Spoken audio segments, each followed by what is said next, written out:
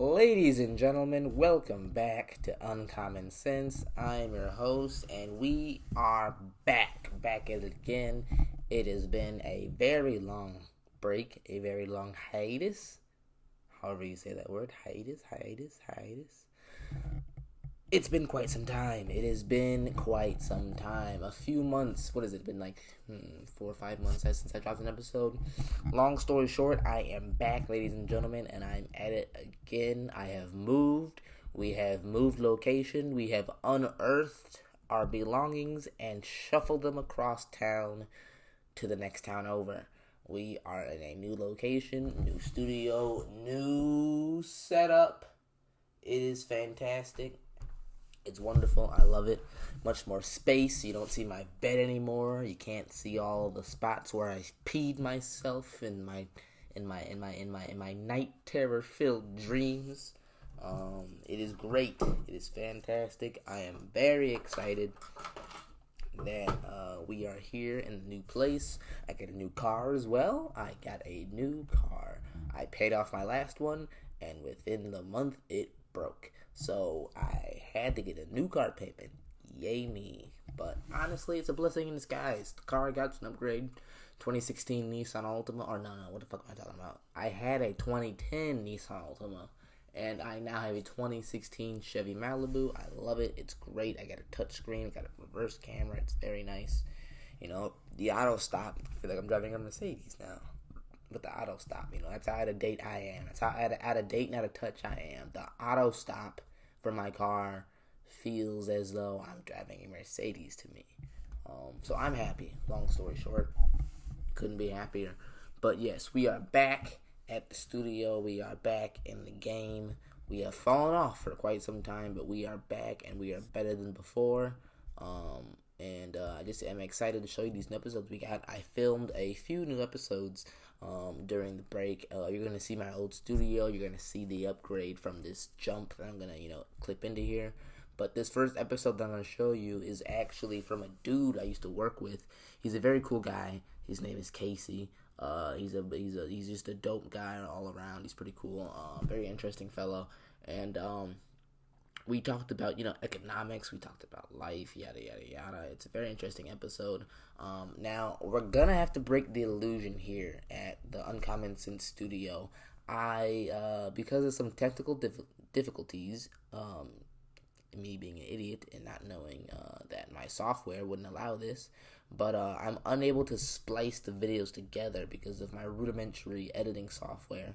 So it's too long. That's the problem. It's too long, and I am not going to I'm not getting into it. But long story short, we're going to have to break the professional illusion here. We're going to have to, I'm going to give it to you in parts, in 3 segments. Each episode is about 20-30 minutes long. It's about an hour and a half video podcast episode. For those of you with short attention span, not for you. But then again, most of you, this whole channel is not for you. Most people, long or short attention span. This is just a very unique place for a unique set and cast of characters, including myself, which is why I'm the host of my own show, because, this is just, stuff people don't really typically talk about. But like I said, this is going to be a 3-parter, breaking the illusion. Couldn't help it. I'm sorry, folks. You're going to have to click on the next episode. Click next episode when it's finished. That's all you got to do, But very interesting, like I said. And without further ado, here we go. This is Casey. Yeah.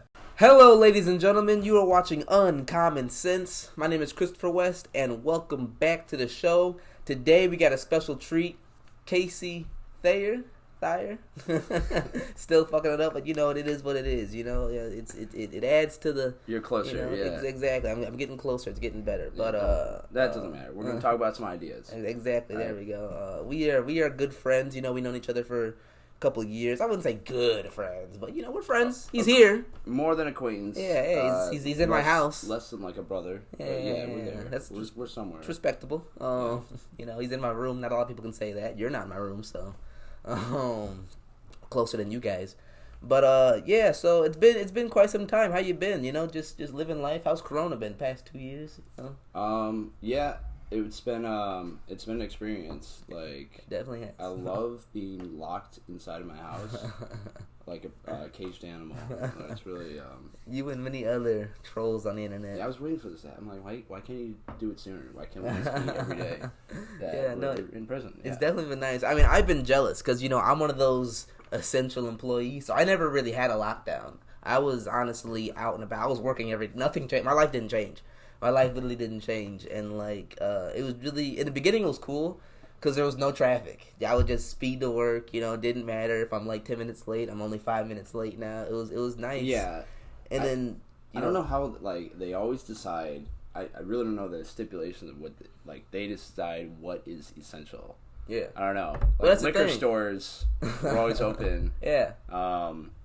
Gyms were closed down, and they would block out. I mean, not that they would shut down hospitals, or whatever, but hospitals had all floors dedicated to Corona. Yeah. And you couldn't even visit your family. Yeah. I mean, you had to ask the government or the hospital whether or not you could. Yeah. See a sick loved one. Literally, my cousin had a baby during all this nonsense, and literally only the dad could be there. Yeah, that's a little fucked up. It is the mom, the grandma, her mom couldn't be there. You know what I mean? I couldn't be. It's my nephew. I couldn't be there, or a second cousin. I don't know how that works. But I think a lot of things that came out of the lockdowns, downstream effects, it had a downstream effect on a bunch of other things. Yeah, I think you can't really understand everyone rushing into the stock market. When they didn't have a job, and they're where the fuck am I going to get money? Yeah. Stock markets and trades, riots. Well, it's where did all these people come from? Yeah. Well, they're not at work.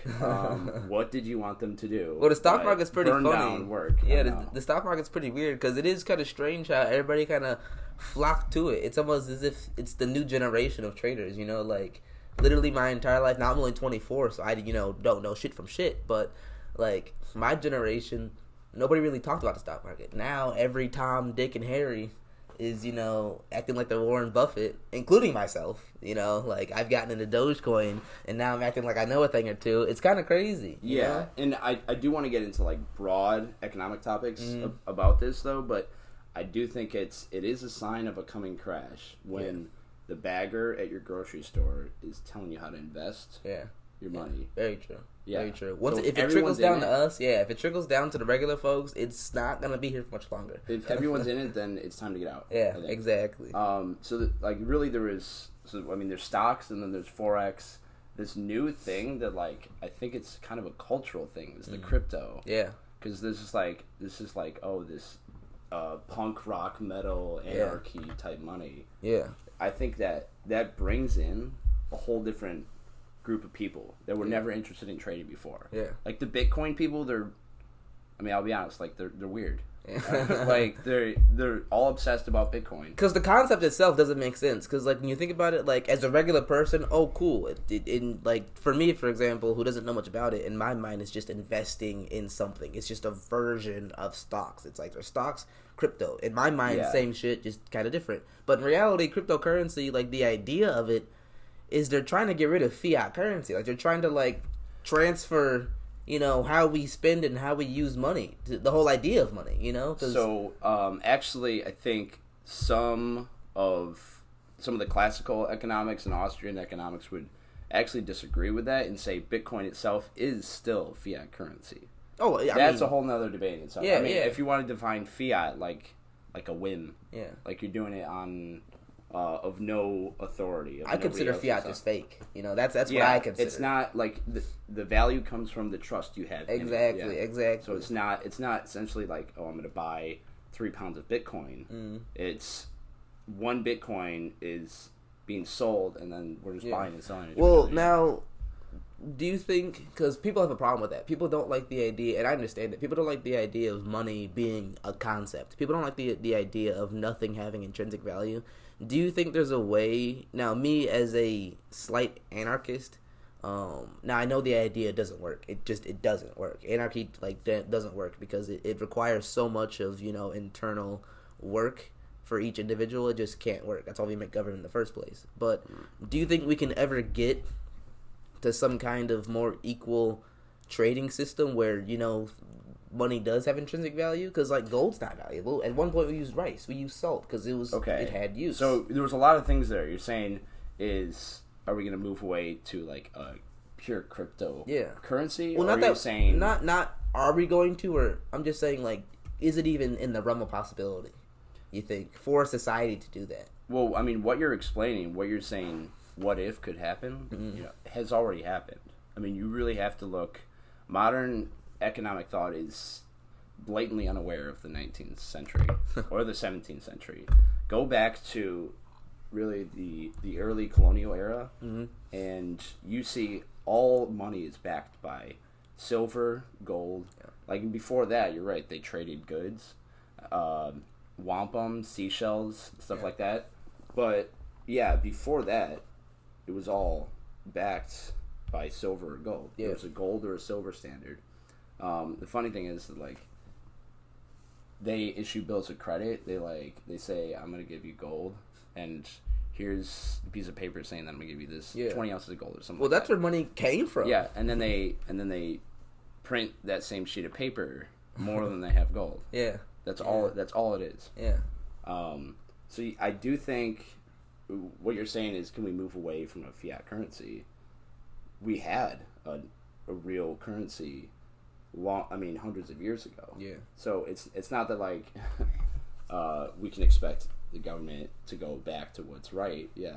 They're gonna want to keep this standard. Do you think it's because of, universal convenience, or do you think it's just trying to make it more complicated so they can pocket more money? Okay, so I guess we'd have to go back to, you're saying a lot of people don't like the idea of money, like paper bills, or like just the idea that it doesn't actually have value. You know what I mean? Like the idea, because like there are plenty of people in the community that I follow and I'm part of that would like the idea of, like, for example, like, let's say I want a mic, okay, well, I'll trade you my desk for a mic. People like bartering systems. So that would be bartered, yeah. That's actual use. To me, that's real value, So when you're saying people don't like money, most people don't like the fiat currency we have now, where the government can just print as many bills as they want, and then if you put it in your savings account, devalues and throughout time, if you have it in a savings account, you're fucked. Yeah. So I think what's interesting. Go to all of the early economic literature called, like, Adam Smith, David Ricardo called this a spontaneous order. Leonard Reed. You can go to a federal prison, which is the most tightly regulated economic system, right? That sounds kind of. I mean, we don't have to go in depth on what they're trading. Yeah, drugs, other things. Yeah. Bodies, but what buttholes?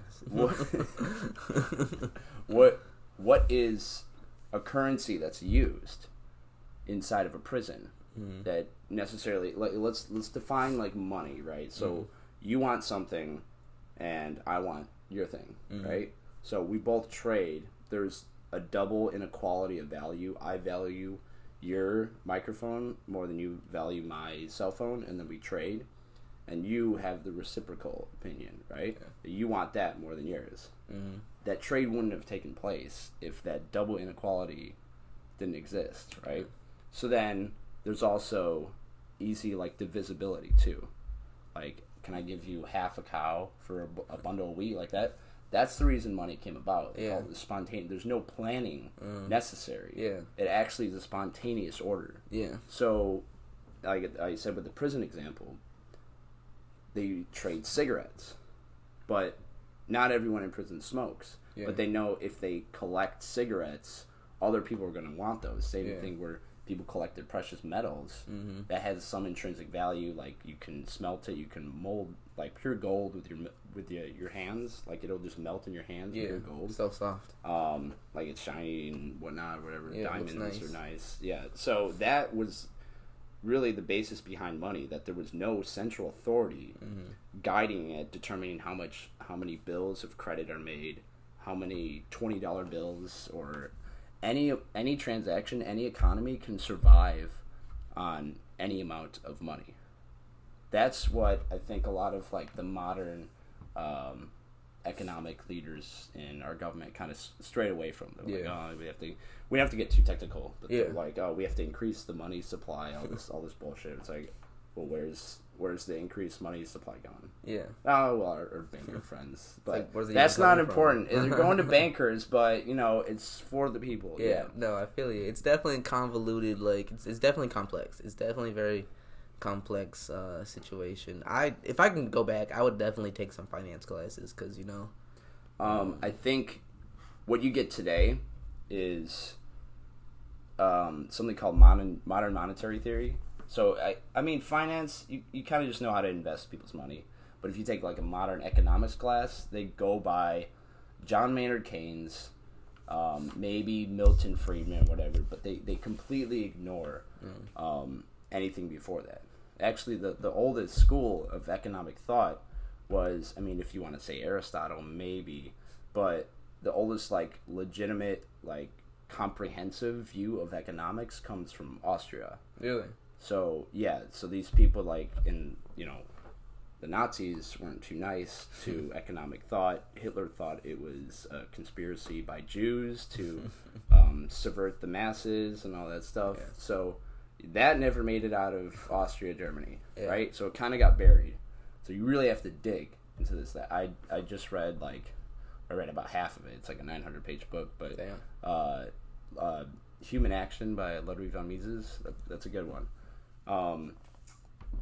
I guess if I would like scream to the world, if I had the fucking world by its ears, and I needed to tell them, like, how government's fucking up your money, screwing your savings account, and, like, every depression that we've had, like 08, 01, the corona, it's all created by government. It's literally all every recession that we've ever experienced is not due to, like, what do they say? What are the explanations that? It's always CNN some bullshit. It's always some bullshit, Like, greed was just out of control. Like what? I mean, that you could argue. That's why, Well, greed was not a factor 02 to 06, but then 2007, they're just like, you know what? We're just gonna be greedy. Yeah. All right, just for a couple. Yeah. Well, it's literally just a transfer of wealth.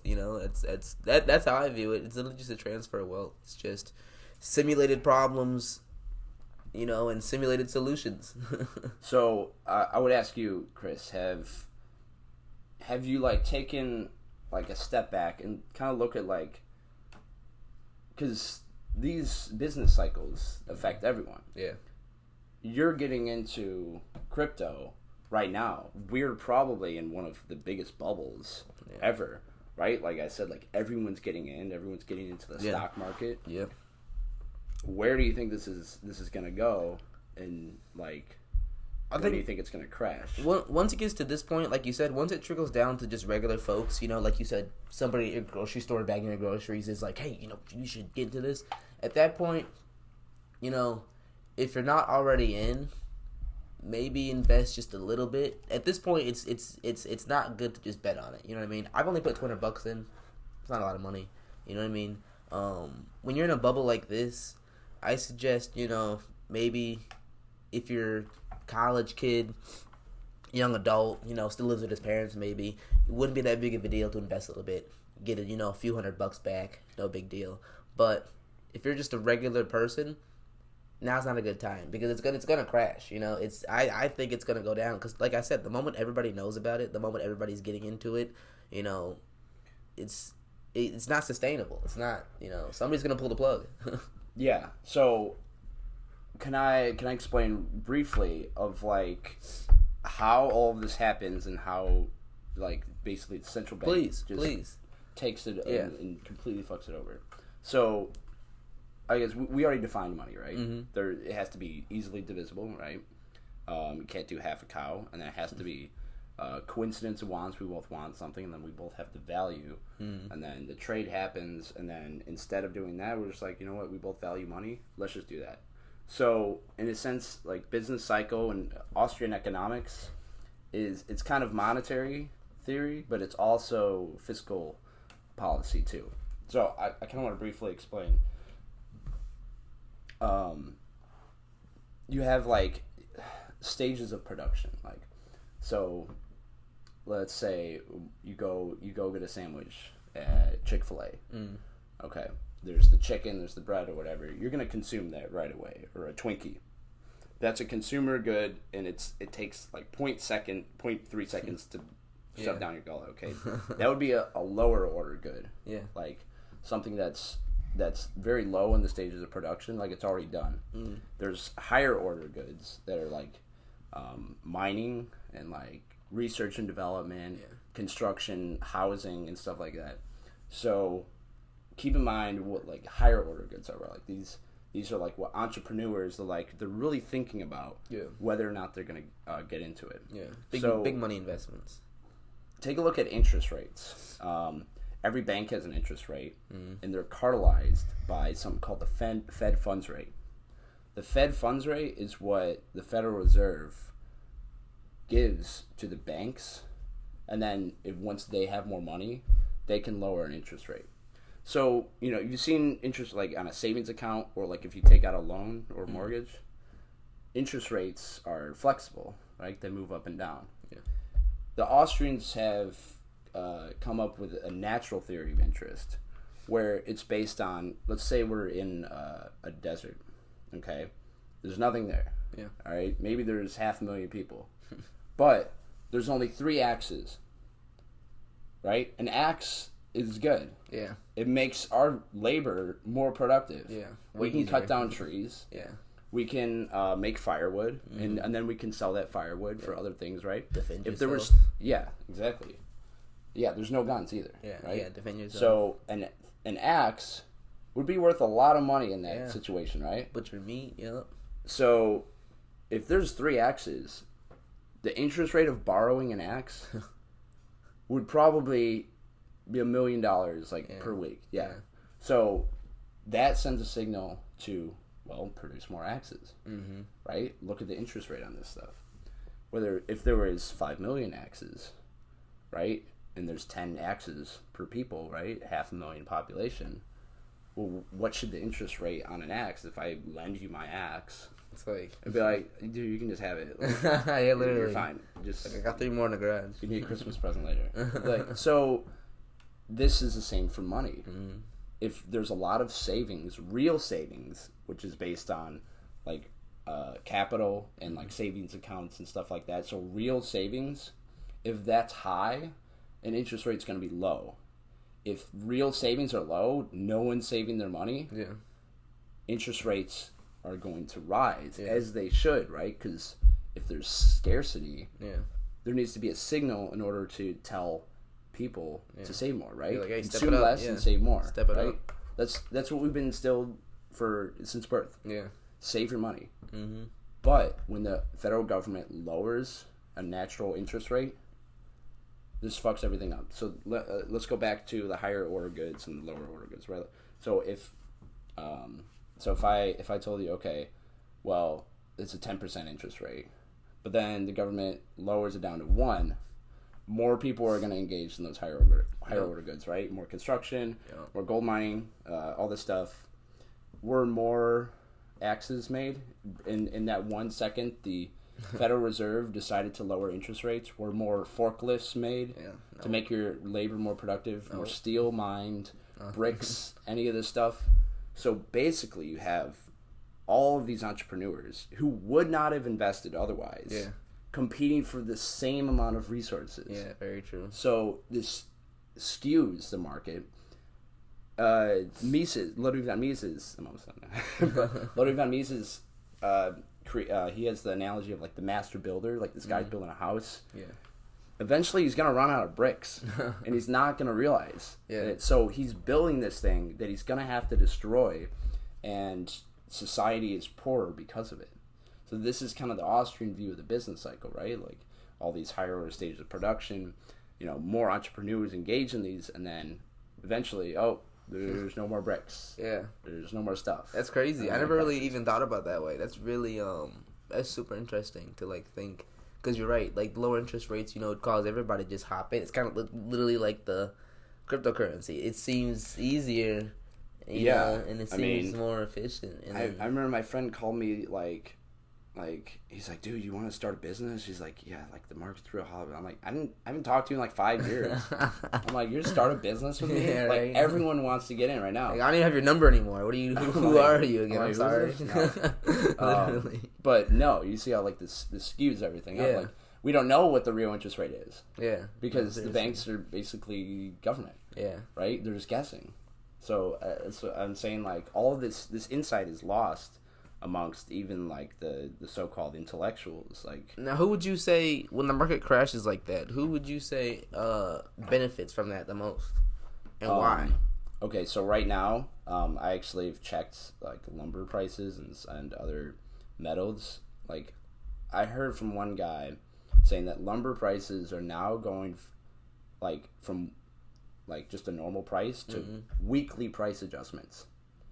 So people are buying more lumber, like they're building something. I don't know. Yeah. When they probably wouldn't have, right? And the price of lumber is rising like pretty high. You can look at back in 2007 when like there was kind of a crash. Yeah. But then people just kept building houses. And, like it was the only like recession which housing starts didn't fall immediately. Like the bubble just kept getting bigger and bigger in the housing market, or whatever. And then everyone was just screwed. Everyone who had a house and was watching Flip It or Flop It or whatever, they were completely fucked. Yeah. Right? Because there's not enough buyers. Yeah, not like, enough. Who are we building these houses for? Even Vladimir Putin said, he's like, I do not understand the American economy. He's like, they buy and sell each other's houses, which is like, okay, that's kind of true.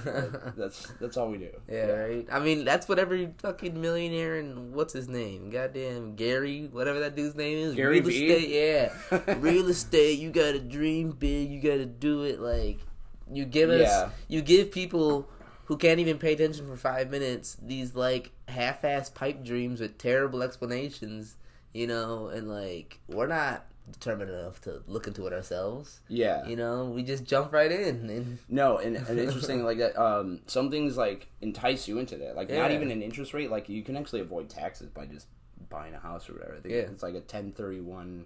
It's like getting a Tesla or something. Yeah, like if you just buy something that's going to increase in value, like you actually can evade taxes. Nice. So that's like... Good to know. Let me... Yeah, but yeah, so I mean, I think now you can explain that to a layman. They're like, oh yeah, interest rates are probably important. Like, it's just... It's a simple insight that like people just kind of screw that over, whatever. That was like the big topic I wanted to throw out there. It's very interesting. But, I'm not a finance guy. I really wish I knew more about it. And it like you really just open my eyes to a lot like that. Like the what did you call it? The fucking it's the business cycle, but specifically the Austrian business cycle. Yeah, well, not even just that. I mean, like, what did you say? Like the real interest rate of what stuff should be? Natural interest rate. Yeah, natural. I never even heard of that term. Well,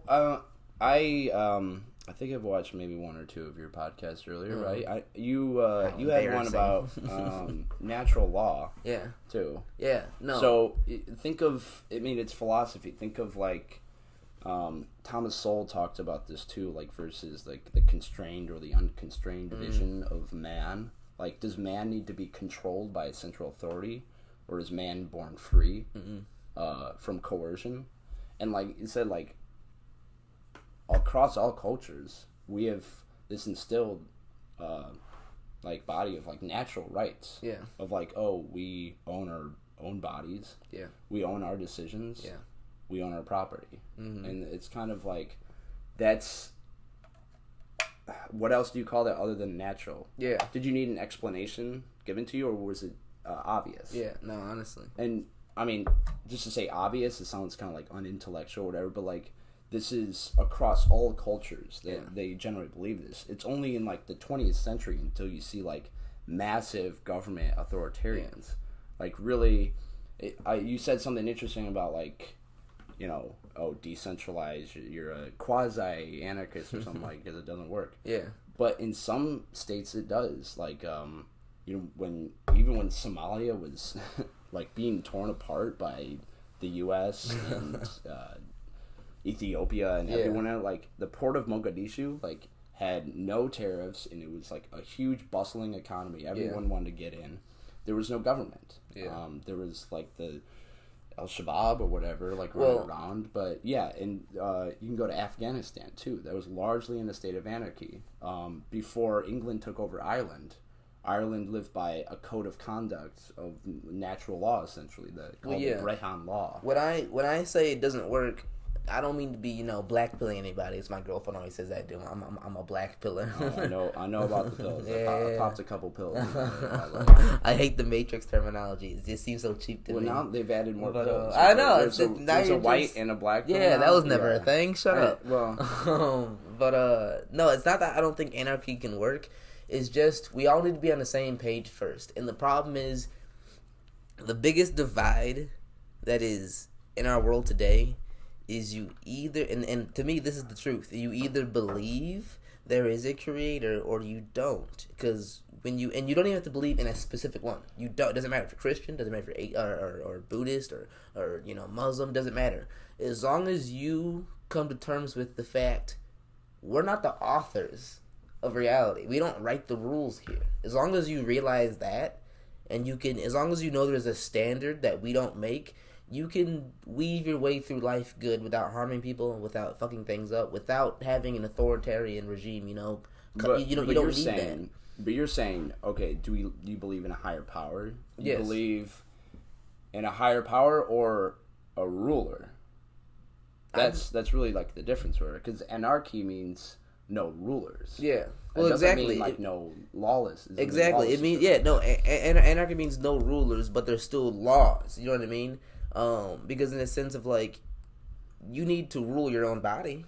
You know what I mean? You need to have self-control. You know what I mean? You're supposed to be the master of your own domain. You know what I mean? Nobody should have to tell you what to do and what you can't do. You know what I mean? But the reason I say it's not going to work is because freedom takes responsibility. Freedom takes determination. Freedom takes a tough one. Yeah, it takes a lot. You know what I mean? And a lot of us don't have that. And a lot of it's because I personally believe we've been engineered to not want to be free. And a lot of people will call this sexist, but I think women especially have been socially engineered to not seek freedom and to because I've talked to my girlfriend about this. She says she doesn't like the idea of ultimate freedom. You know what I mean? She's not alone. Yeah. The idea of ultimate. She is not alone. Now me as a man. A lot of men that don't either. Yeah. No, but that's the thing, though. Me as a man, and that's what I'm saying. It might not necessarily be a sexist thing. I'm just saying it is because society engineered it that way. I don't think it's inherently women don't want freedom. Inherently men want. I don't think it's. But there's more of a correlation. We've been pushed for them to feel that way. We've been pushed to feel a certain way. The average man doesn't want to be free. He wants to be safe. Yeah, exactly. Security. We've given up everything for security and comfort. We've become slaves to it, to be honest. So I want to get into. I think what you're saying. Yeah. Oh, there's a general trend of people not wanting their liberties or something like that. As if that's just a natural occurrence or whatever. Mm-hmm. I think along the case of history, decade by decade, we've just been instilled with propaganda. Yeah. I don't think it's like some, but people today. Yeah. It's like, no, I kind of look at people like a blank slate, and then what ideas are you instilling them at a young age? Yeah. Let's talk about the Prussians, because we haven't gone through them yet. Mm-hmm. So, Prussians it was like Germany, Poland, Russia, that kind of area, whatever. They were, before the Nazis, it was Otto von Bismarck in the 1870s, and then before him, it was the Prussian Empire, right? This is when empires and monarchies were still around. Yeah, at the height, the most ruthless almost. That's when it was cool, yeah. So they had a problem. Actually, sorry, give me just 1 second. So the Prussians had a big issue with the population not being proper citizens, air quotes. Yeah. They would not be productive members of the workforce. They would disobey government orders. They would desert the battlefield. They had trouble conscripting an army. So their solution was just to start them young. Okay? We're just going to propagandize them very young, at a very young age. And we're going to have this system where we bring them in, They tell stories about the government, and then we also teach them mathematics and literature and, proper citizen behavior. You know what they called it? School. Oh my god. I love like that saying, the truth is stranger than fiction, It's crazy. Think school It is. is literally a government and that's programming system. Yeah, but I mean that's not a joke either. Like, who's the guy that founded the Massachusetts school? Now I'm blanking on his name. So the guy that founded our education system, he went to Germany. He went to Prussia, and he's like, wow, these guys really whipped their citizens in shape. Yeah. So he brought that system to Massachusetts, and that was like the birth of our schooling system. That's insane. So that's essentially where we get it from. It's like a Prussian indoctrination camp. And isn't Prussia or like, correct me if I'm wrong, isn't that something to do with like Nazi Germany? Yeah, it's essentially Germany before the Nazis and before Otto von Bismarck and the First Reich or whatever, or the Second Reich. Is that before or after World War One? It's before World War One. The Nazis were a political party since 1920. They didn't come into fruition, and they didn't win an election until 1932. Which, seems weird. Like, Hitler was voted into power. Yeah. It's kind of funny in a democracy. So it's kind of funny how you think, because when you hear shit like that, you're like, wow, like all this, like who would have thought all these like old pre-Nazi, these crazy, authoritarian regimes, like are the origins of education and the money and all this kind of finance, all those kind of things. And it's like when you think about it, it should make sense, because it's like these are some of the biggest events in world history that cause some of the biggest effects in the world, and it's like people don't realize how it affects your day-to-day life. My pet peeve is when people say like, oh my god, how could they let the Nazis come to power? Yeah, and I just say, I'm like, well, first of all, they voted them. They asked, could you please rule us, please? And it's essentially, it's like, I'm trying to think of a good analogy. It's like you give enough power to someone ruling over you, then it's your fault. Yeah, no, seriously. So, a lot of people think racism was the cause of the downfall of Germany, right? Yeah. They were like, oh well, if it wasn't racist, man, they would be like holding hands and singing songs and stuff like that. But it's like, no, I think 1930. I think there were other racist countries. Maybe. Right? I don't think that's a bold claim, buddy. Yeah, I don't think it was the only racist country in existence or over there. You really have to they gave them power to do anything. You could look at the Weimar Republic's new constitution. Yeah. Article 48 says we can give the chancellor the power to do basically anything in a public emergency. See, that's right. crazy. So all you have to do, if all you have to do is,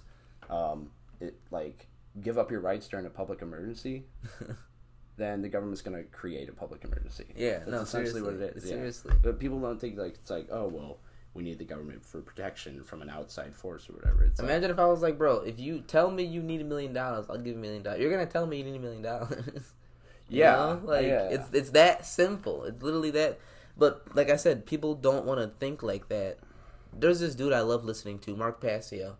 He has a YouTube channel called What on Earth is Happening.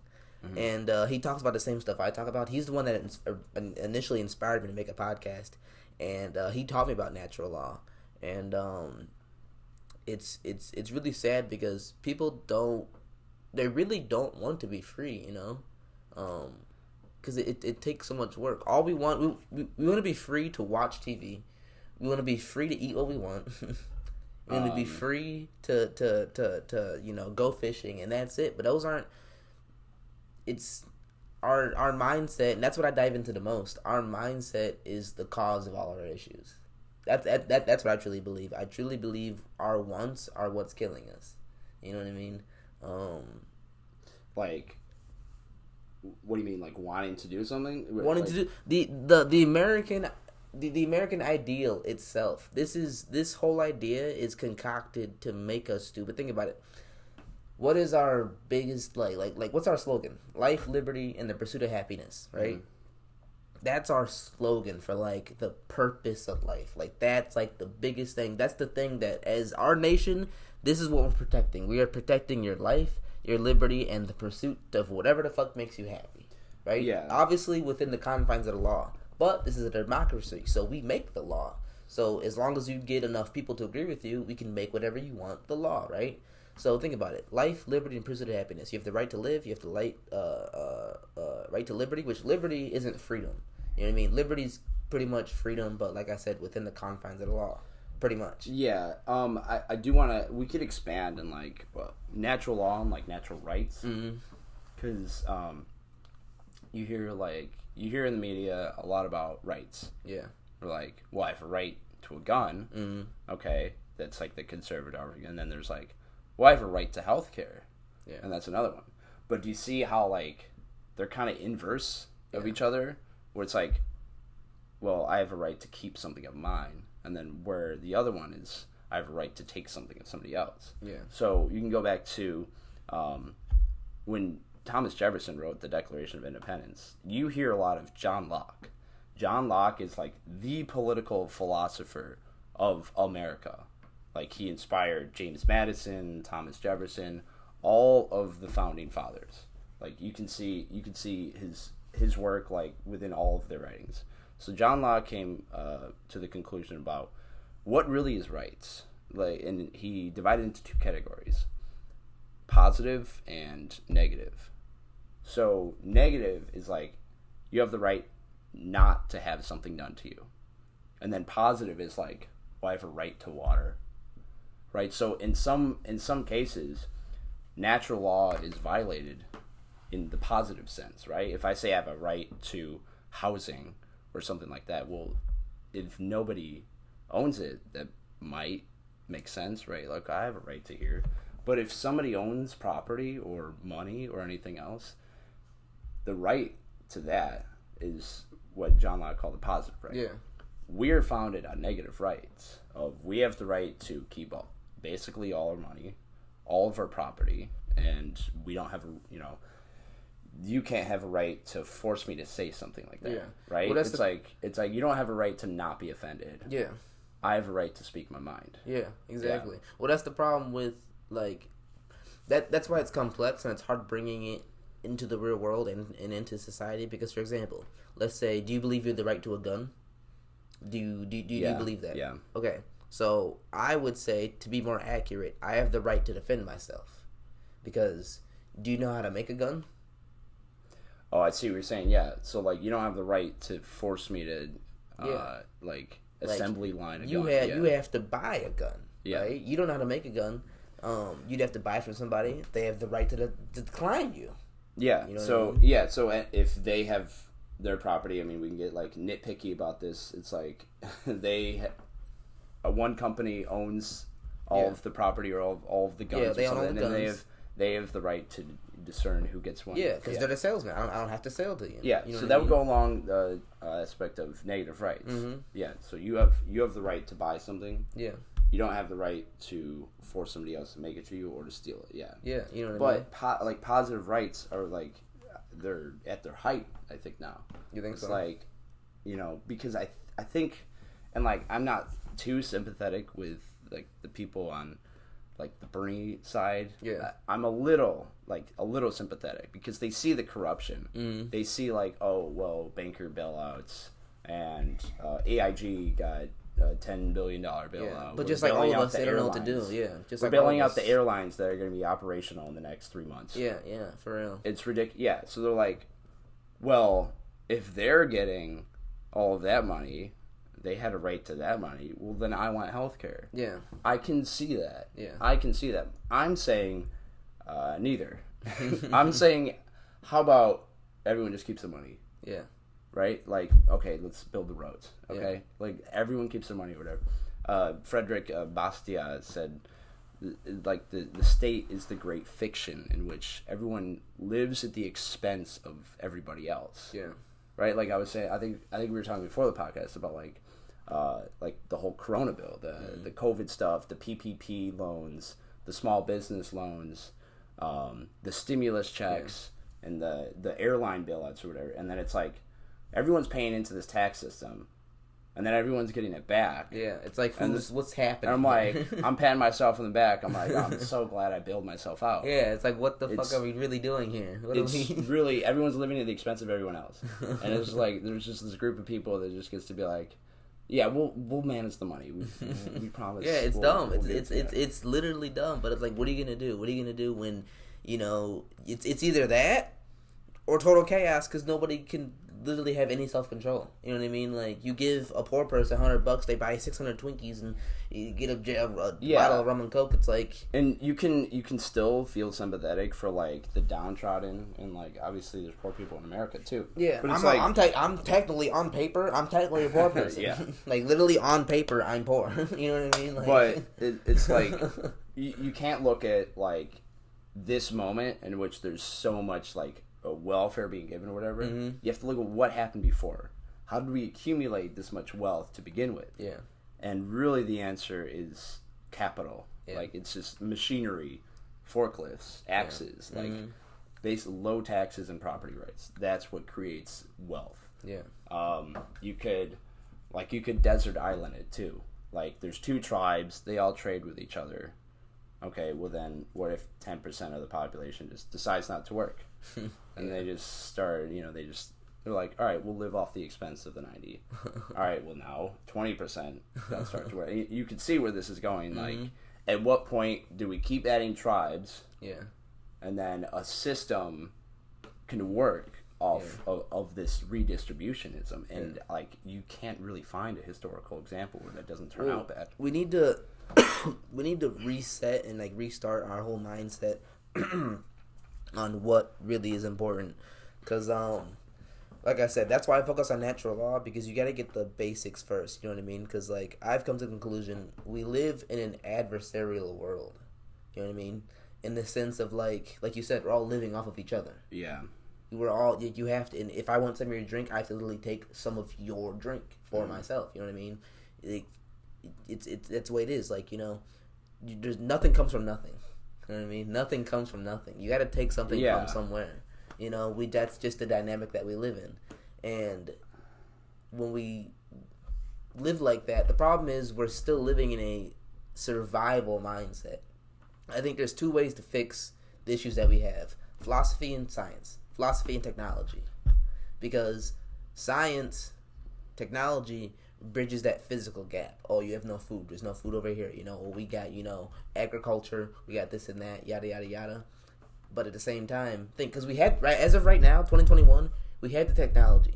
We've already reached that point. We can fix the world with the tech we have right now. We can literally fix the world. You know what I mean? What's stopping that is the philosophy. We have all these legacy systems. What about economics? Where's the money going to come from? Well, we don't have a peace treaty with them. We're allies with them, but they're enemies, so we're enemies also with that. Now we're stuck in a mental game.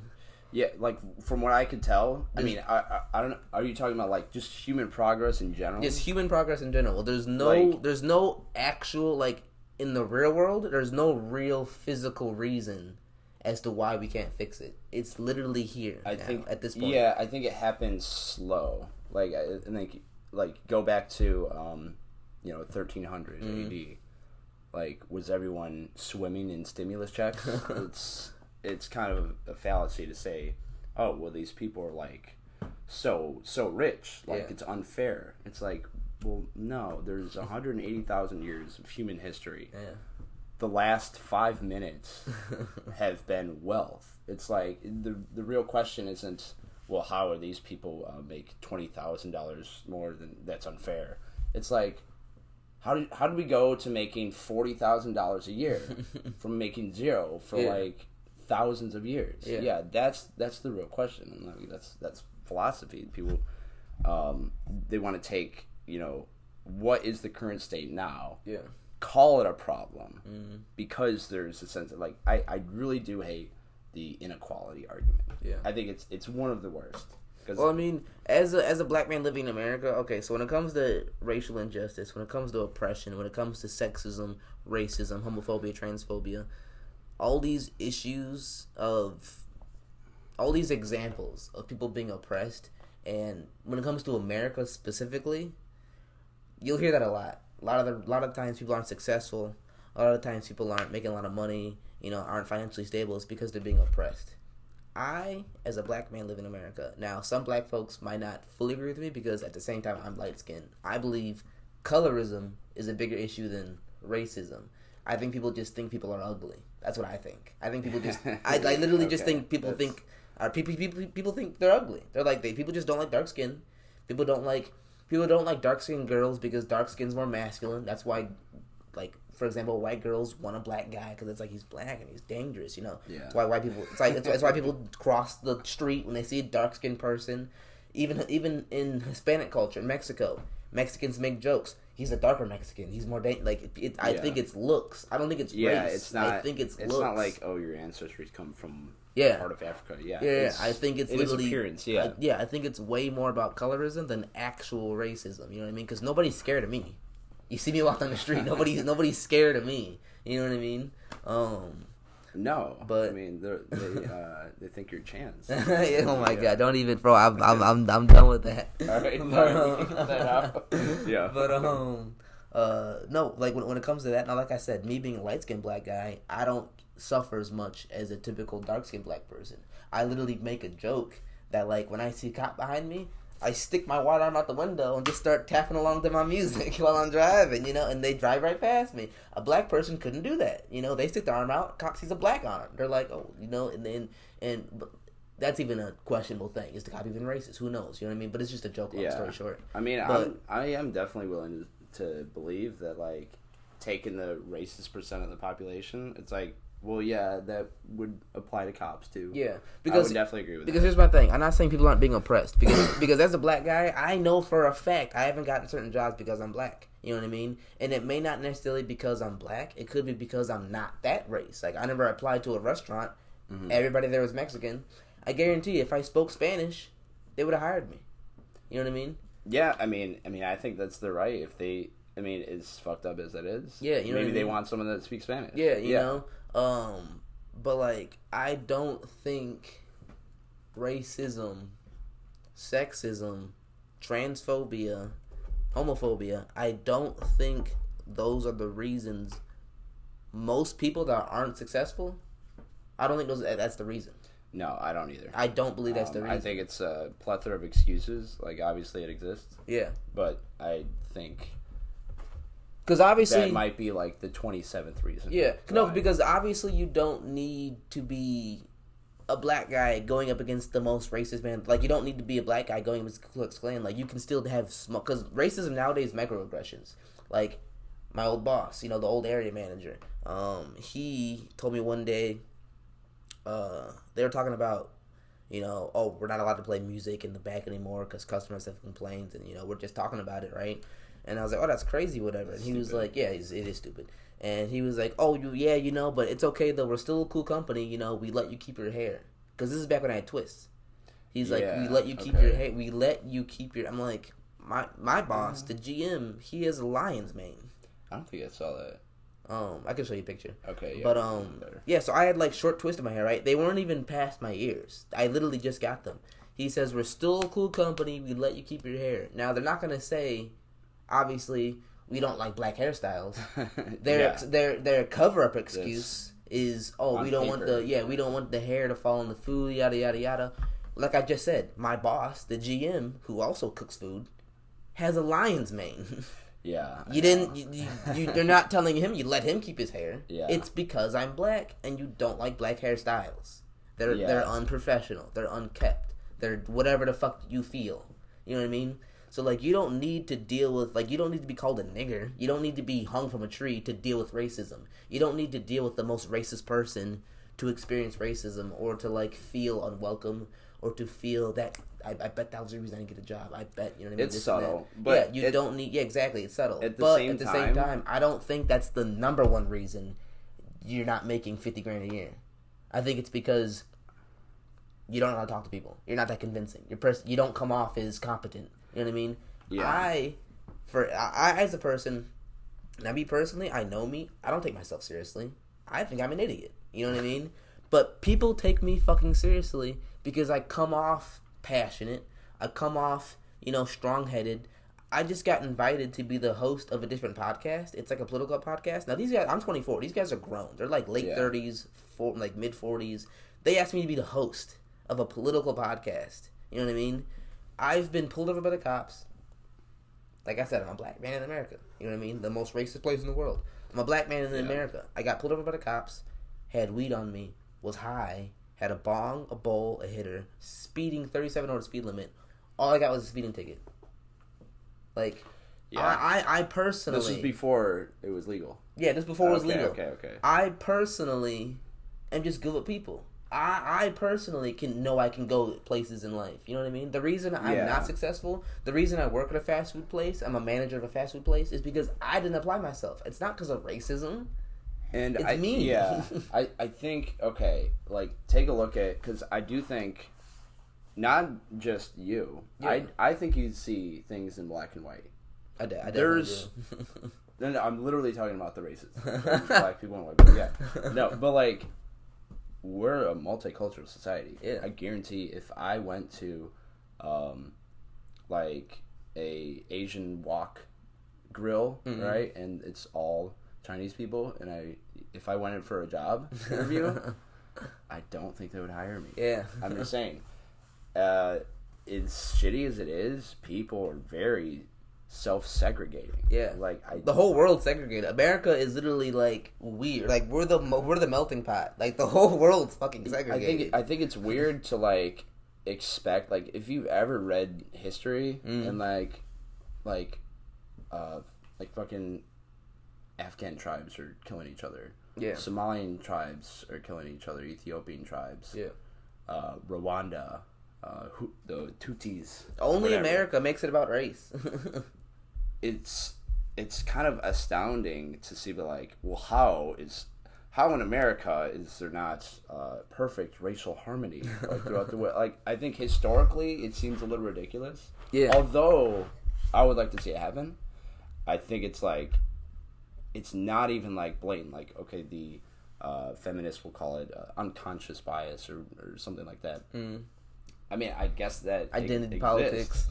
But I don't think it's going to be fixed by force. Yeah, no, it's not. It can't be. Yeah, you can't force any. It's just. I think it's just a gradual thing that will just get better. Because we all do that. We all do the. What did you just call it? I'm sorry. Unconscious bias. Yeah, we all do that. I remember I was in a meeting one day, and we had an hour break. And I brought half a blunt with me because we drove an hour. I had an hour drive. It was a meeting I didn't want to go to. It was back at my old job, and I brought half a blunt with me because I'm shit. It's 8 hours. We get 3 bricks. I'm gonna be high for one of these.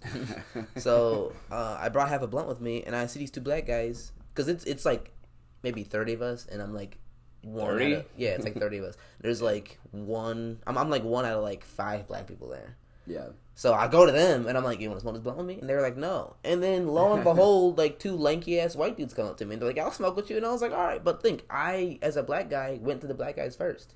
Somebody would call me racist for that. I mean, yeah. You know what I mean? Be canceled, yeah. Yeah, you know what I mean? But it's we all have that. As an American, I'm trying to master this saying. It's kind of funny, because, I'm trying to be a comedian, folks, by the way. So it's kind of funny. Don't take me seriously. But I'm trying to make a saying, but it sounds so bad you can't use it. I'm racist because racism exists. And if you think about it, it makes sense. It's not that I'm racist in the sense of I don't like this race, I don't like that race. It's racist in the sense of you're aware of racism, so you act accordingly. I'm not. If I don't get hired, let's say I go to let's say I go 2 hours south, I'm in Southern Illinois. Yeah. There's some podunk barbecue place. I apply there. I don't get the job. I'm not gonna say why didn't I get the job? I got an application. I got a resume. I'm gonna assume. Oh, I'm in some redneck town. Yeah. I saw a bunch of Confederate flags. It's probably because they're racist. You know what I mean? And it's keeping the mindset of a racist in your head. so you can properly move through life without being an But ignorant you're fool. saying to go on the defense, or To go on the defense. You're like, well, I guess I'm gonna engage in this too since they're doing it. Yeah, no, that's why it's a bad saying, because that's what it sounds like. It sounds like I'm gonna become a racist because they've treated me this way. It's like, being a woman hater because you got rejected in high school. Okay, it's like, that's so not what I mean. Because stereotype exists, you just acknowledge them. Exactly. Okay. That's what the saying means, but it sounds so bad. Yeah, no, but I like, it's growing on me. Yeah, you know what I mean? No, it makes sense. Because the dude Mark Passio, the dude Mark Passio I was telling you about, he says, have the psychopath. He's not saying be a psychopath. Know that psychopath exists. For example, when people hear about Epstein, because the reason QAnon exists is because so many people didn't believe conspiracy theories like 9/11. Oh, are you crazy? Oh, pedophiles aren't. Pizzagate, what are you, stupid? Yeah. Oh, 9/11, this, and they didn't believe them. So once Epstein became real and mainstream, like not even conspiracy, like straight up on Fox News, like this happened, like pedophile island, a whole island, pedophiles. Bill Gates could have been there. Trump was there. Obama was there. Like all this was mainstream factual news. It wasn't like some shit you see on YouTube. Once that happened, people who didn't subscribe to conspiracy theories at all, it made their fucking mind melt. You know what I mean? Because like they had no concept of like this is happening. Me, when I heard it, I was like, no shit. Duh. The conspiracy was believing that Jeffrey Epstein actually committed suicide. Yeah, that was the conspiracy. That's the actual conspiracy. They're like, guys, I got a hot take. He actually did it.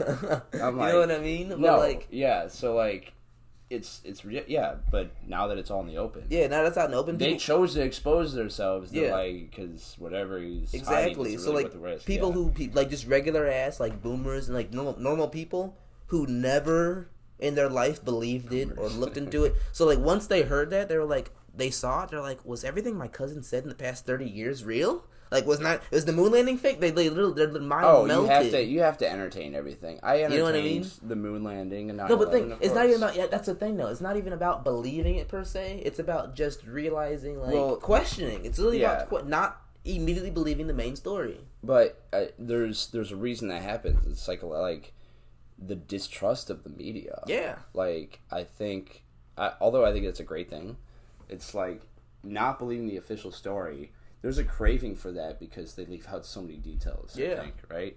So I think your natural instinct should be doubt. Yeah. I don't think there's anything wrong. Like, conspiracies are not good when you're talking about like Sandy Hook. Yeah. But I think doubt is definitely good when it comes to like. Well, even then, let's hop on Alex Jones real quick. Everybody got mad at him. We're jumping all over. Everybody got mad at him because he questioned Sandy Hook. First of all, it's his job to question everything that happens officially, and he never said himself, because I'm not avid anymore. Ever since he got banned, it's kind of annoying to like try to listen to him, but literally because it's not convenient anymore. But ever since Sandy Hook happened, he never officially publicly stated he believed it's fake. He never officially said that. He questioned it because that's literally what he does for a living. And since he questioned it, the narrative was it's fake. And his followers are very uneducated. And they ran with it, yeah, I'm sure. Because the conspiracy community is full of schizophrenics, uneducated idiots, a couple of normal people, and a few actually smart people. But about 75% of the conspiracy theory group are idiots. About 10% are schizophrenics, and then that small 5% are actually normal human beings. Okay, I'm taking those stats. You know what? No, because have you ever talked to conspiracy theorists like that aren't your friends? Because it's one thing, like legit, they're like, they're deep into it. Yeah, because it's one thing talking to your friend about it. Well, it's a couple different things. Who's kind of like you already. Yeah, but like somebody on Facebook that you don't know, you talk to them, you're like, oh, okay. You're like, or they post it up. Yeah, it's like there's something actually wrong. Okay, because I think there's a couple things there. It has to be like something that no one believes, right? It's like everything you know is wrong. It's like one of those things, like birds aren't real. Yeah. You know? It's like I love that meme. The birds are your mom's your dad. I don't know. Like it's just like, well, no one actually believes this. It has to go against the grain. Mm-hmm. It has to be the opposite of what they've been told. Mm-hmm. But then also there's like a gullibility factor. Yeah. It's like they kind of fall for everything. Yeah. So it's like it's the same thing as the mainstream. I wouldn't put myself in a conspiracy camp, but I just said like I think some conspiracies are good and like doubt is good. Yeah. But then there's another like aspect to these type of people is where you'll tell them another conspiracy, and they believe it right then and there. Yeah, right then and there. So because they already have no trust for the government. Okay, but like in 2 seconds they like reverse their principles. Yeah, they're like, well, I've doubted this thing that I believed my whole life because I'm questioning and I want to get to the bottom of something. Mm-hmm. But then you'll tell them like, hey, did you know Hillary Clinton's also an alligator? She eats babies on Saturday. Yeah, I heard that one too. So like they'll go back like on their questioning and doubt and trying to like scientifically reason this out, but then they'll fall for something gullible the next second. So it's like, well, then that kind of defeats the whole point of a conspiracy. The whole point of a conspiracy is to doubt something and bring a substantial amount of reason and evidence to prove it wrong. Yeah. Well, that's why people, like, once you really, like, if you're a normal person who's actually curious about shit, you don't consider yourself, if you consider yourself anything at all, maybe it's a hobby, maybe conspiracies you think are a hobby for you, they're just fun, they're cool, they're interesting. Yeah, you don't consider yourself actually like Jones, you don't consider yourself a conspiracy theorist. A lot of people who are normal would call themselves truth seekers. They consider that a much more accurate term versus because a conspiracy theorist, like you said, that's just somebody who believes the moon's fake and Hillary, eats children on Tuesday night for dinner. And she's an alligator. Yeah, and she's an alligator. You know what I mean? So it's like there's a wide berth of people who question a lot of things, and you just gotta like sort through it all. It's really hard because like there's conspiracies that I completely think are true. I personally think 9/11 was an inside job. Okay. I believe we landed on the moon. Yeah. I think based on what I've researched, I think we just re-recorded it because can you imagine, like, people can't even record explosions without dropping the phone. Can you, like, it makes sense. You fucked up filming the moon. Like, that sounds believable to me. I entertained it. You know what I mean? It makes sense. I don't know. I think we went there. We went there. I just think that there was some malfunction. Because I've heard astronauts actually say, yeah, we went there on time. Everything happened the way we said it happened. The footage just got fucked up. I did hear that. That makes sense. They taped it over. Yeah, to me that makes sense. I'm like, you were in space. That alone is insane. Like, I want to get back to kind of the race thing. Yes, please. So, I think a lot of this literature, like going past like the Civil Rights Act, so like not talking about like Martin Luther King or Malcolm X. I don't like Martin Luther King, by the way. You don't like him? Side note, I like Malcolm X. Are you a Malcolm X fan? Yes. I like Malcolm X better. Even though he's well, I mean, they're both kind of socialist. I'm not saying Malcolm X is perfect. I just like him more. But yes.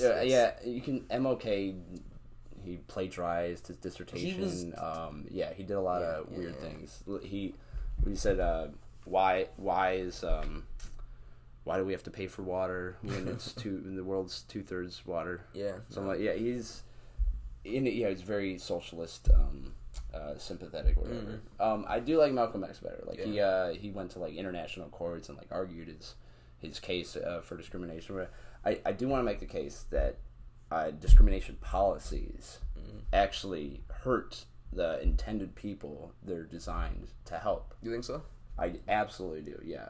Like take for example, I mean, the Americans with Disability Act. Like it's meant for creating, curbs and railings and stuff at like all of these legitimate heights or whatever. The water fountain has to allow for a big gap so someone with a wheelchair can fit in and stuff like that. And then when you do that, when you burden like another business with more regulation, you're going to get less of it, right? So in a sense, like I would have opened up a pool for non-lame people, and then if the ADA like cracked down on me, I probably wouldn't build a pool. Yeah. In the same sense that like, if there was discrimination lawsuits, which a lot of them, like if you actually look into them, they're like, wait, really? Like I remember listening to Peter Schiff. I love Peter Schiff. He was talking about this one case where this guy went to Starbucks and he has a hearing disorder. He's not totally deaf, but like he has this device or whatever. And he's like, well, I went into Starbucks. They didn't fuck up my food, but the music they're playing, it didn't transpond into my device and create an ambiance equal to the other people. He sued Starbucks. I'm like, well, I don't think this is helping anyone. Yeah.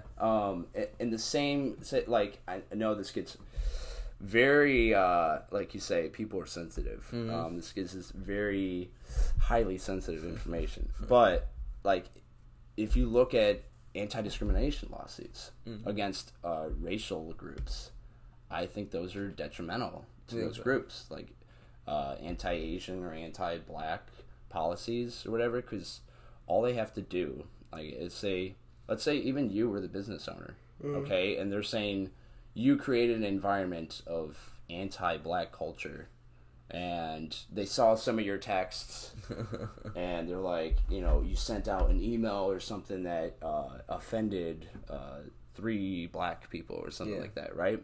They take you to court, okay? You have to pay all these fines, these bills. You could probably never open up a business again, right? You close down, you lost your business, your profits, and then you're fucked, right? You open up a new store. Are you less likely to hire another black person? Yeah, right? No, seriously. Really, you're putting more incentive on people. Like, I can't think of one anti-white discrimination lawsuits that's happened in the last 20 years or whatever. That's hilarious. You're really creating an environment for people to discriminate more against than anything black else. people. Yeah. So, I mean, I think obviously they should be shamed into be like, oh, we don't hire black people.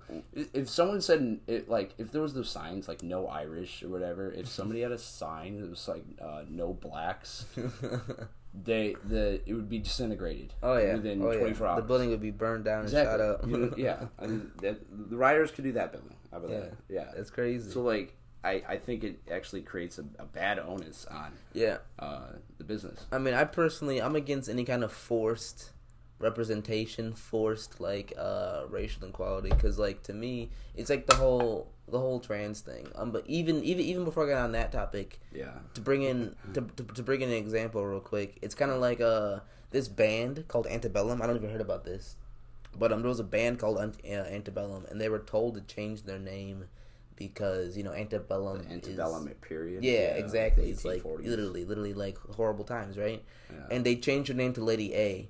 And there was this black artist who never trademarked her name or anything like that, who went for like 30 years, went as Lady A. And this big, giant, multi-million-dollar rock band is like, we're trying not to be racist, so we're going to change our name to Lady A and stomp over this actual black lady. You know what I mean? Like, it's so counterproductive. Like, you're literally... Unintended consequences. Yeah, literally. Yeah, and, like, it's like, okay, so you're trying to prove you're not racist by snuffing out another black artist. Like, it's funny at that point. Like, how do you... like, this is a joke. Like, I think, like, you look at the mindset of, like, the average, like, college lefty or whatever. Anything that happened, according to them, anything that happened before 1865 was just, I don't know, racist slave owners and hicks, and then, like, nothing else happened. Yeah. Just slavery. Just American slavery. Yeah. That's it. Nothing else Just happened. American slavery. slavery. It only existed in America. No, it's insane. But, yeah, I'm just against all this forced be nice to everybody, because it's like, I want to know who's who. It's like trans thing. Like people are saying, like trans people, they're saying, no, I'm not against trans people. I've dated trans women before. I'm not against them at all. Not against it whatsoever, right? But my thing is, they're, you know, people will argue, you know, you're transphobic if you don't date trans people. I think that's fucking stupid. As somebody who has, it is stupid. That's fucking stupid. I'll be honest, I have not heard a lot of people make that argument. Really? That's like a Vox like it's definitely thing. more I of don't like the know, like a extreme. It's definitely. I've heard it from only. I've never heard like a cis person say that, but I've heard more of the extreme trans activists say that. It's obviously not making huge waves, but like the fact that that's a conversation. Yeah. The fact that that's a legitimate thing, like you're transphobic for not. What am I homophobic for? Am I homophobic for not being gay? You know what I mean? That's the same thing. You know, like. Okay, you know Jordan Peterson. Yeah, like he was big for like standing up against like the compelled speech laws. Yeah. In Canada. That's almost why he got famous, right? That is like why like damn famous, near, yeah. So I mean, he's talking about the Bible, and then like, and then he had some followers or whatever, and then this stuff happened, and he blew up. Yeah. But he's like trans people like write me letters, and he's like, yeah, what you're doing is great. He's like, really, they want to be called the opposite of the gender they were born in. He's like, that's the point. He's like, that's the whole fucking point. Like dudes who want to be chicks, they're like, yeah, call me a chick. Yeah. That's the whole point. They're not like, oh, I need a completely new set of idioms of like new language. Well, my problem is with that whole thing. So, like I said, I want to know who I'm around, right? If you're a racist, you know, I would like to know you're a racist. You know, if you want to wear your Confederate flag, that's like, fine. I'll avoid you. Where they are? Yeah, I would want to know where you are. So, as a trans person, wouldn't you want to know who hates you and who doesn't? Wouldn't you want to know who wants to fuck you and who doesn't? Wouldn't you want to know? Versus everybody just being nice to you. Like, if I, like, for example, we're talking everything. I find out you fucking hanged a black guy a month ago and you hate black people and, like, but you're nice to me because society says so. I would like to know that so I don't fuck with you. But you'll never know. I'll never know. You know what I mean? And it's like, it's the same thing with trans people. It's like, you know, you need to date us, you need to do this and that. It's like, why are you trying to make people who don't want to date you? Why? So they can hate you in their relationship? I'm not going to pretend that's kind of their goal. To, like, hang out at bars and, like, trick men. No, you know what I mean? Like, and that's a whole other thing. People are saying, you know, trans people are getting murdered and beat, you know, and because, you know, you're not telling them what you are. And I'm not justifying them, but this person clearly is very against this, and you should know that. Like, I'm not saying he should do that. I'm saying that's what he's gonna do. Wouldn't you want to know that? I think, like, at a young age, like, we're kind of instilled that, like, we have to, like, include others. Yeah. I don't think there's anything wrong with, like, exclusion. Yeah. See, I'm not I'm an advocate of being a good person, not a nice person. I don't care if you're nice. Yeah. You know what I mean? I don't need nice. As long as you're doing good, as long as you're doing right by me, I don't care. I might not be friends with you because, you know, it's not fun to be with an asshole. But as long as you're doing your job, as long as you're being nice, as long as you're, you know, let's say you owe me money, as long as you pay me back, as long as, you know, I ask you to pick me up, you do the right thing, like, you know what I mean? We're close, you know what I mean? Like, you're a good person, that's all that matters. We might not be the best of friends because you're not nice, but it's like, I'm not gonna hate you. You know, I'm gonna respect you more than anything else. Like, there's people that you know that are nice, but you know deep down they're bitches. They're assholes. You know, deep down they're nice on the outside. They're nice, and those people you don't respect. No. You respect the guy that's grimy. You know, comes off as kind of rude, standoffish, but you know he's There's some people that are like they're huge dicks. Mm-hmm. But then they're, like, really nice in person. Exactly. Like you know Derek what I mean? Chauvin. You know, like just a terrific guy. Great guy. Sweetheart, you know, just real upstanding, first class. Walks grandmas across the street. That's what I heard. You know, but oh man, that's so funny. It's funny you bring him up. What do you think about that case? I have not been following it too much, but what was it, murder one? No, he got... Murder 2. I don't know shit about law. I think it's so weird. I think he got murder 2. He got second degree unintentional murder. Yeah. He got second degree normal murder. And then he got third degree manslaughter. Yeah, like negligent or whatever. Yeah. Okay. Yeah. Okay. I didn't know that was possible. I thought you can get tried for one thing. I didn't know you can. Yeah, you can get tried for both. Yeah, that's crazy. I didn't even know that. I was surprised because I thought, like, not like bringing my bias into it. I thought he was gonna get off. You think so? With murder 3, like just manslaughter and get like 10 years or something like that. Then people think that like the court system doesn't, they don't stray away from their principles during a high profile case. No, there's no way. That's not it. So the thing is, I knew he was going to get convicted because he's being made an example. This isn't really about justice per se. This is them. Look, we can't afford another fucking 6 months of rioting. That's what this was. Yeah. We can't afford, because think about it. This wasn't just a national thing. Every single first world country, literally every single first world country, most second world countries, and even some third world countries were like, stop the bombing, stop the guns. Look what's happening in America. Even they stopped their bullshit. I know. And we're like, what the fuck is this? The whole world saw it. Like, you can't not throw the guy into the jail.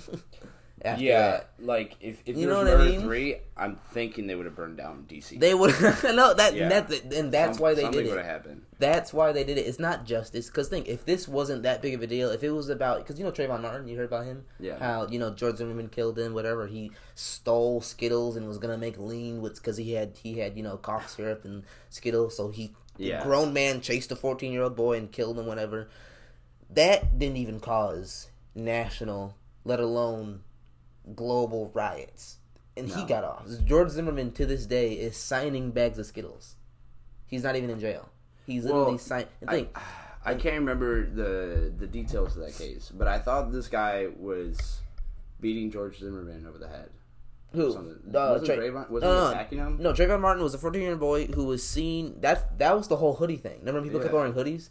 He was wearing. It was just a black boy wearing a hoodie, and he left. I think he ran out of the convenience store. He bought the stuff, but he ran out of the convenience store with the hood on. So it looked like he stole. Okay. So George Zimmerman chased him and killed him. Oh, fuck. Yeah. Okay. And didn't go to jail. And the reason he didn't go to jail is because, like I said, there weren't riots. There weren't crazy shit happening. There wasn't social media to that extent.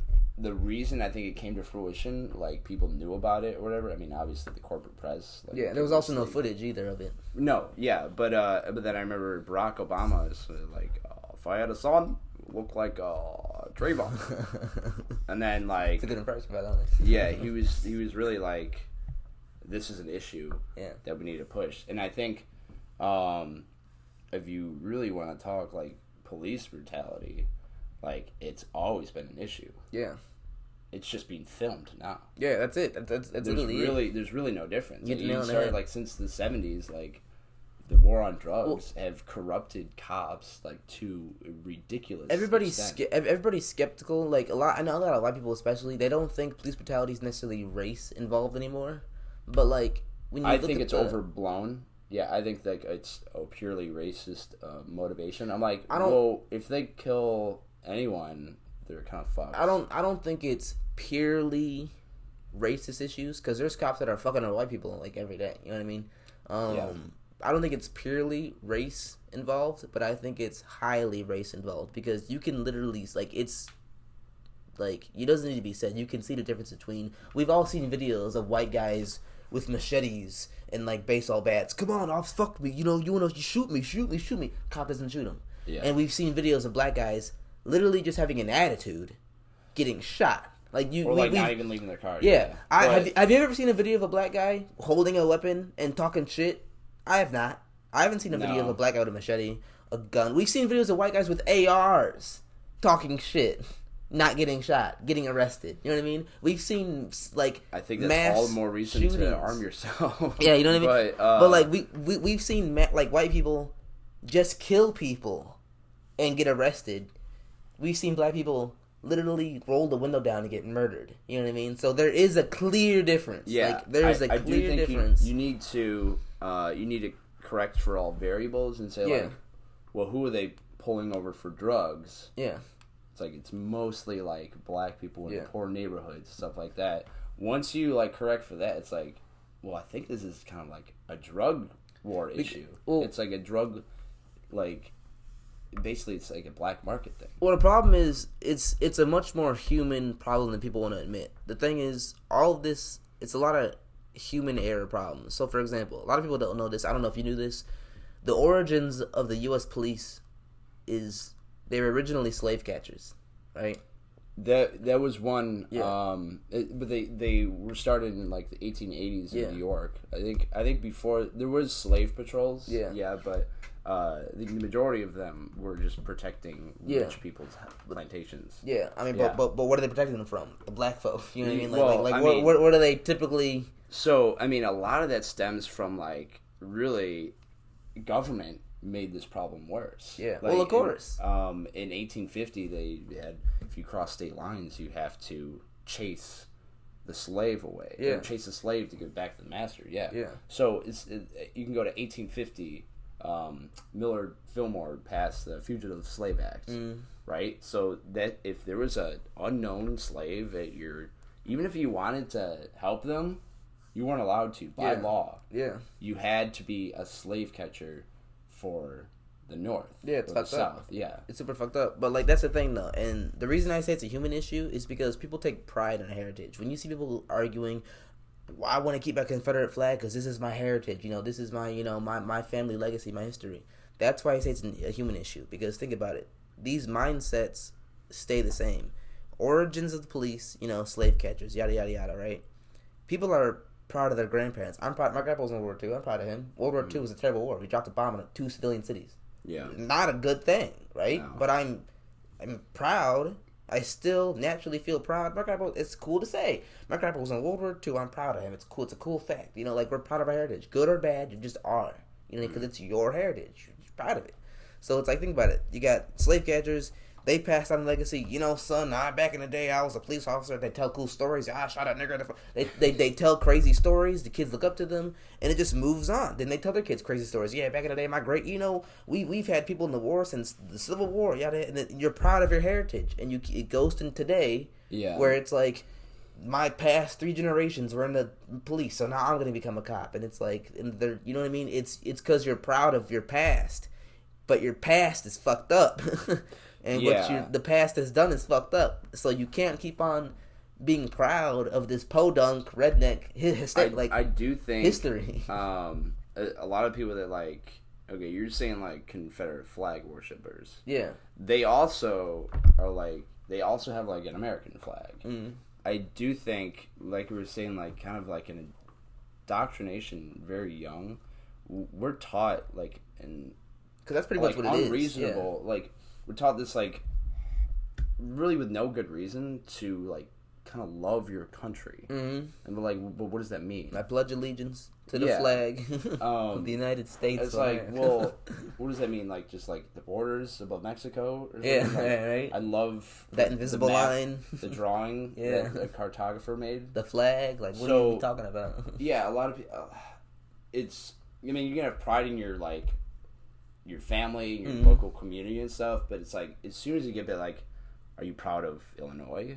It's well, I guess not really. And it's well, how about these big blob of states? Yeah. Are you proud of that? The Midwest? If you really break it down, it's kind of nonsense. And it's clearly, it's not a coincidence that every authoritarian regime has high amounts of patriotism within its citizenry.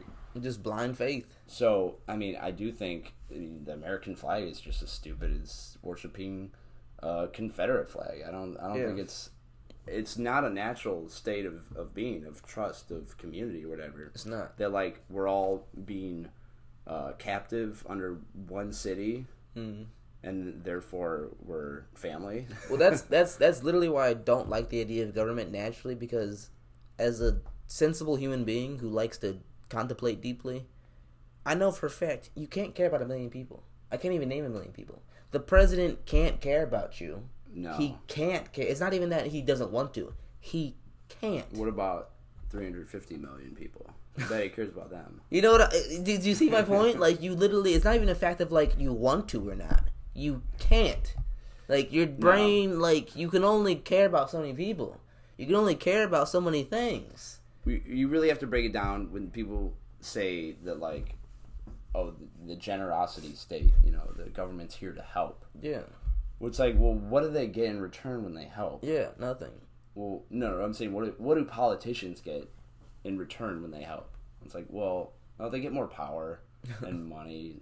Well, I think that might be their motivation. Yeah. I don't think they really want to help you. No, exactly. It's just like I'm at the age where everybody graduated college about 2 years ago, right? And some people are in med school still. Everybody that I know personally, my age, like these are real people, right? Everybody I personally know, I've done this like little experiment for myself, just in my head.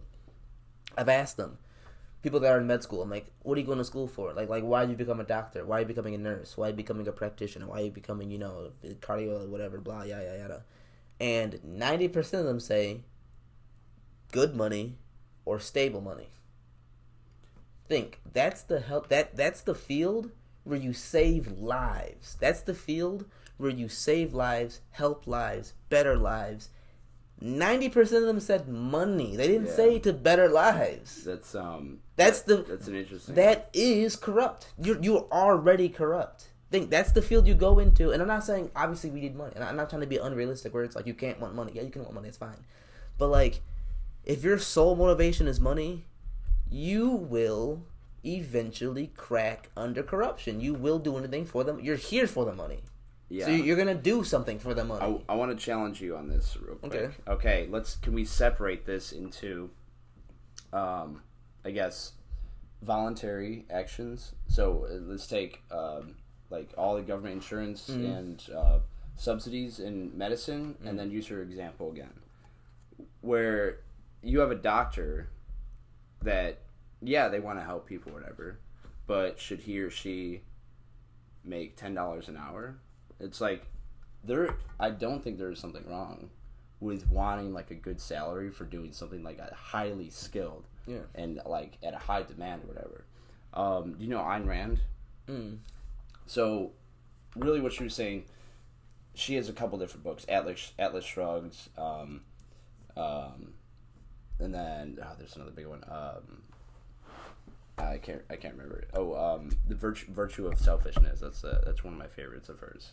It sounds fucked up, I know, but you can go back to even like Adam Smith talking about the butcher doesn't feed your family for your well-being. He wants the money in return for it. Yeah. It's not the generosity of the butcher that helps you. He wants something in return. Like with just higher stages of capitalism, that's what everyone's doing. They're trading their goods.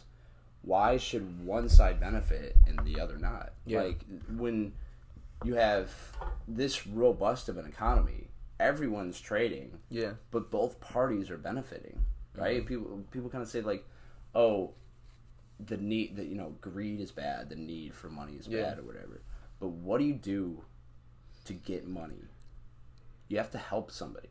Yeah. In order to get money, to get a salary, you have to start a business, provide services, service a better cost or better quality than another company to stay competitive, right? So you're not charging $1 million for a Corona Light, but you're being competitive with other companies to provide services for other people. Yeah. So I think in that sense where, government's not involved and it's just market interactions, I think that's actually virtue. Yeah. That like we both want something and we're both going to help each other. That's, I think, a good way to run society. I definitely see your point, because it's like, why not help both sides? Like, there's nothing wrong with looking out for yourself. Yeah. Like, you have to look out for yourself. But you're saying, so the interesting point, what you were saying about is, we have this tendency to I want to serve myself before I want to serve others. Yeah. I think that is a great virtue. I don't think there's anything wrong with that. Once those people get into government, when they have monopoly power to commit crimes, to tax, to steal, to kidnap, to imprison you, that it all goes away. Yeah. Right? You're not benefiting from their services. That's the problem, though. I mean, that's what I feel. Because, like, if it gets to the point, if it gets to the level of, like, this is government policy, this is, like, a societal thing, you know what I mean? Like, because I get what you're saying. There's nothing wrong with, like, trying to better yourself, yada, yada, yada, right? But when you get to these positions of power, if it's a problem, does that, or could that mean it was always a problem? It's just now showing itself. Yeah, like greed once it gets into government. Yeah. Sure, I am definitely on board with that. Is not a good idea. Yeah, because whose money are they gonna take? Because people even argue. For example, let's say Jeff Bezos, he's not in government at all, but people are trying to like rip money out of his pockets because they're like nobody should have that much wealth. You know that you can't be a billionaire ethically. You know what I mean? Yada yada. They say all that kind of stuff. Yeah, I'm personally against taxing the rich, and people are like, "Oh, what are you kissing the fuck? Are you an ass kisser?" It's like, no, I personally take individual freedom above anything else. Okay, so what you say to these people is, you're looking at just one guy who's gotten billions of dollars. Mm-hmm. If you're only looking at that side of the equation, you're ignoring the flow of goods and services. Yeah, like I said before, what did he do to get $100+ billion? Well, he's improved people's lives. Yeah. You get free shipping. You get cheap goods, right? During the whole coronavirus, everyone was getting toilet paper and Lysol and stuff shipped to their house or whatever. You can't, once you benefited from those services, take your money back and say you have too much or whatever. Like, I think, like I said, always start, like, anything like systematic, like economic stuff, always start with a desert island. Like if there's 10 different tribes or whatever, everyone's doing their own thing, and then all of a sudden this outsider comes in, and then he sells like houses to everybody. He builds and sells houses for everybody because he's so productive at what he does, and then he sells you a house for 10 cents. All these tribes, they all get houses for 10 cents, and then he goes around and then they look like, well, hold on, he has too much money now. Now he's a millionaire. Well, it's like, well, you're ignoring the 10-cent house. Yeah, right. The house you got, this and that, all this. Seriously. You clearly benefited, and you gave him your money willingly. Yeah. What am I missing? I mean, that's how I feel about it. You know, I feel like if you get to that point, you've earned it. I can't get to that point. It's a lot of work to get to $1 billion. I think it's people act like look up to rather than people act like billionaires just sit in a chair and smoke cigars all day. I'm like, you think he's doing nothing? No, he probably sleeps like 4.5 hours a day. Yeah, you think he does nothing? I'm like, because that's the thing. People think once you make it to, like, once you become rich, you're done working. It's like now it's a self-running system. Like, press play like a DJ or something. Yeah, and then, money. Yeah, it's just a self-running system. It's like, no, it's not. You gotta keep on growing and changing because there's smart kids out here that are literally getting better than you day by day. You know what I mean? Like, there's innovation every day. Like, it's hard to stay on top. You know, like, people shit on rich people, and it's like, trust me, coming up, like I said, I grew up poor. I went up to food pantries all the time. I'm not for taxing the rich. Like, I'm glad you touched on that topic because I want to mention one thing before I do have to go. Yeah, we can wrap it up. We can definitely wrap it up soon. Karl Marx, great guy, just awesome. I give a pass to kind of the socialists before 1900s ish. Because they didn't see what came to fruition. They didn't see all the genocide and starvation. They kind of just wrote about it, like, fantasizing, like, oh my god, these rich, evil capitalists, This is the term capitalism comes from. Really? It's from Marx. Yeah. Because he hated it so much. So you really got to look like, you know, an economy starts at zero. You know, we're born into poverty, and then you get subsistence farming, and then like commercial farming, and then like factory work, and then like, you know, you don't even think of leisure until you get way like into the service sector, whatever, like that, and then investment. So between like subsistence agriculture and factory work, there was like a big lifestyle change, right? And then it's just like you just go to work, you don't get the fruits of your labor, in a sense, like you're not farming your own goods. So I guess in that sense, he was just like, well, it's just all going to this greedy capitalist or whatever. But meanwhile, their standard of living got better. Yeah. So they kind of like, they want to like dismantle this whole thing. Like, he said that like at some point, Marx's big thing was like, he said he was like a historian. He's like a logical, like evidence-based historian. It's like eventually capitalism will disintegrate and we'll all have communal property and everything will be like owned or whatever. And then, you know, 50 years later, like people start to try it and it doesn't work. Yeah. Be a bunch of hippies in the So, dirt. I guess like what he was saying was like that really like the two different classes, like the poor and the rich, the proletariat and the bourgeois, is it was a psychology thing too. Where like you were a member of this class, and I think people do this today. You're a member of the rich, or something like that. Yeah. Like there's this group that doesn't move, and they don't get any richer or poor or whatever. They always stay in the rich or whatever, or poor always stay in the poor. Yeah. And you're ignoring like a lot of the mobility of it. Like Thomas Sowell breaks this down like beautifully. Like he's like 8% of people will be in, or no, 60% of the population. So majority will be at one point in their life in the top 8%. Yeah. So it's like at some point you're gonna get richer, and like people in like the bottom quintile, in 10 years they'll be in like a median income. So there's like the mobility of stuff. It's like this class structure. Yeah. It's kind of a fallacy what he was talking about. It's just like it doesn't really exist. There's tremendous mobility. Yeah, shit changes. Jeff Bezos could lose it all tomorrow, whatever. Literally, one wrong racist tweet. Oh, dude, I'm surprised they haven't got him. Yeah. But yeah, another part of that, he was saying about like the class struggle, is that different members of different groups have different set of rules for logic. Yeah. And like being a proletariat thinker was kind of his thing. Like just by member, and this is gonna sound familiar or whatever, like just turn on the news, right? By member of a specific group, you are deemed right. Right? Yeah. Does that sound like it's like, well, I'm a black trans midget, so therefore everything I say you must listen to me. Yeah, like, right. Otherwise you're a homophobic, shaming, body shaming. And then like people, straight white men, it's like, well, you're a member of this class, so shut up. Therefore you're wrong. Yeah. Yeah. So shut the fuck up. It was a lot of I think it's coming in cycles. Like we hear a lot of this stuff now. I think it's coming back. I know. We gotta wrap it up real quick, but it's. You mentioned it. We just said it right now. It makes me want to ask, because I'm a black man living in 2021. What's it like being a white man in 2021?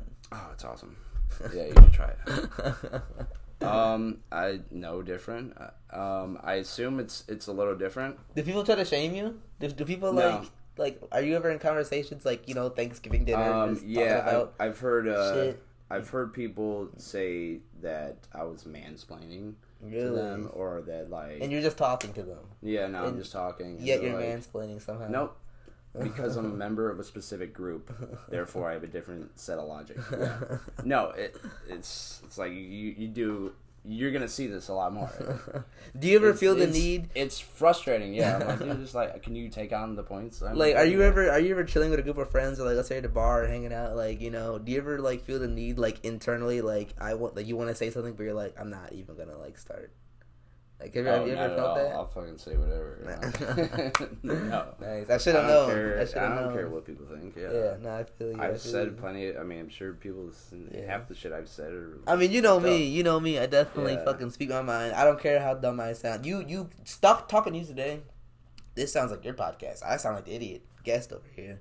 You sound like you know exactly what the fuck you're talking about. But you know me, I fucking don't care either, but sometimes I will. I'm sure you're like, what is this guy talking about? And I don't agree with him, but I want to hear more. That's what I like about this. It's like, nice. I don't think there's a place of judgment. You're just like, let's hear each other's views. You're interesting. Bro, yeah. I'm doing this for a reason. I like opinions. I like ideas. I like controversy. I don't think with my heart. I think with my fucking brain, like you should. You know what I mean? I don't... Yeah, that's where it is. Yeah, it's where thoughts come from. Use it. But, this has been great. This has been fun. Ladies and gentlemen, Casey Thayer. Still can't get it right. Maybe you come on some other time. I'll get it right next time he comes on. We're starting it over. We're starting over from the scratch. It's been fun. Christopher. Yeah, man. Dude, it's been a minute. We went. Fuck yeah, bro. Like an hour and a half. I don't know. Love you, everybody. Kill yourselves. Have a great night.